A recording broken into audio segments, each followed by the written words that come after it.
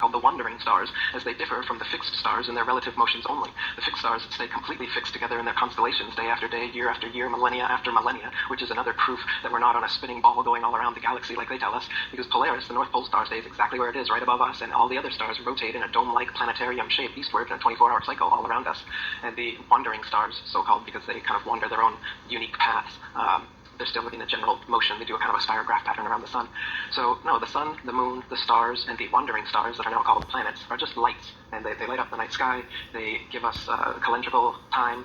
They divide not only the night from the day, the years and the months, etc. The word month comes from moon, month, and it's the cycle is the same, the female cycle as well. So there's a lot of parallels between, as above, so below. That's where astrology comes from as well.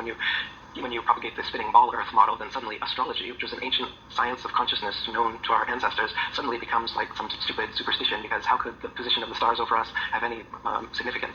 But if we are the only plane in existence, and everything in the heavens truly does revolve around us, then that denotes a special importance to not only Earth, but to humans, the most intelligent of the intelligent designers' designs. If we're just, a speck of God's fingernail in the corner of the universe, like NASA wants us to believe, then it's a very nihilistic, atheistic kind of view. That part I agree. That part I agree. And I take a lot of flack. We talk a lot about UFOs in this program and extraterrestrials, and I don't subscribe to that theory. I think we are unique in the universe. I think this UFO, ET phenomenon that we're talking about, interdimensional entities here, I think we are in a sweet spot in the universe, and I think we are alone. This universe was created for us. However, let me go back to some of these other, you call them proofs, and obviously you've heard all of these before, but I'll throw them out to you and you can handle them as you will. And that is, of course, the old ships in the horizon argument, that you go down to the beach and you do not see ships approaching. They don't just appear out of the horizon like they would if the world was in fact flat. They seem to emerge from beneath the sea because they're obviously, they're not emerging from the waves, but they're coming up into the horizon. So does that not, to the naked eye, obviously, to me anyway, I look at that and say, well, obviously that's because the Earth is round.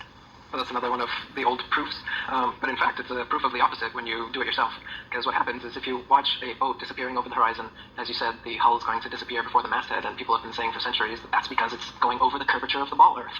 But if that was the case, then after it disappeared from sight, from going over the curvature of the ball Earth, you would not be able to bring it back into sight by using, say, a zoom camera, a binoculars, or a telescope. But in fact, you can let the boat completely disappear, and then train a telescope on it, and you will bring the entirety of the boat, including the hull, back into view, proving that it did not descend over a wall of convex water, and in fact the horizon is the vanishing line of perspective from your point of view, and that's why you can zoom in on it, or if you rise in altitude you can see more, or on a clearer day you can see more, see further. The horizon is not the curvature of the ball Earth, as we've been told. It is simply the vanishing line of perspective, the law of perspective, as any artist would know. It's the same reason, railroad tracks seem to converge on each other off in the distance, this kind of thing. All right. Or a hallway, okay, as well, the ceiling and the converge, yeah. All right. Same idea. You mentioned the constellations earlier, and let me just throw this one out again. And just to remind people, Eric Dubay is with us, the president of the International Flat Earth Society, or Flat Earth Research Society.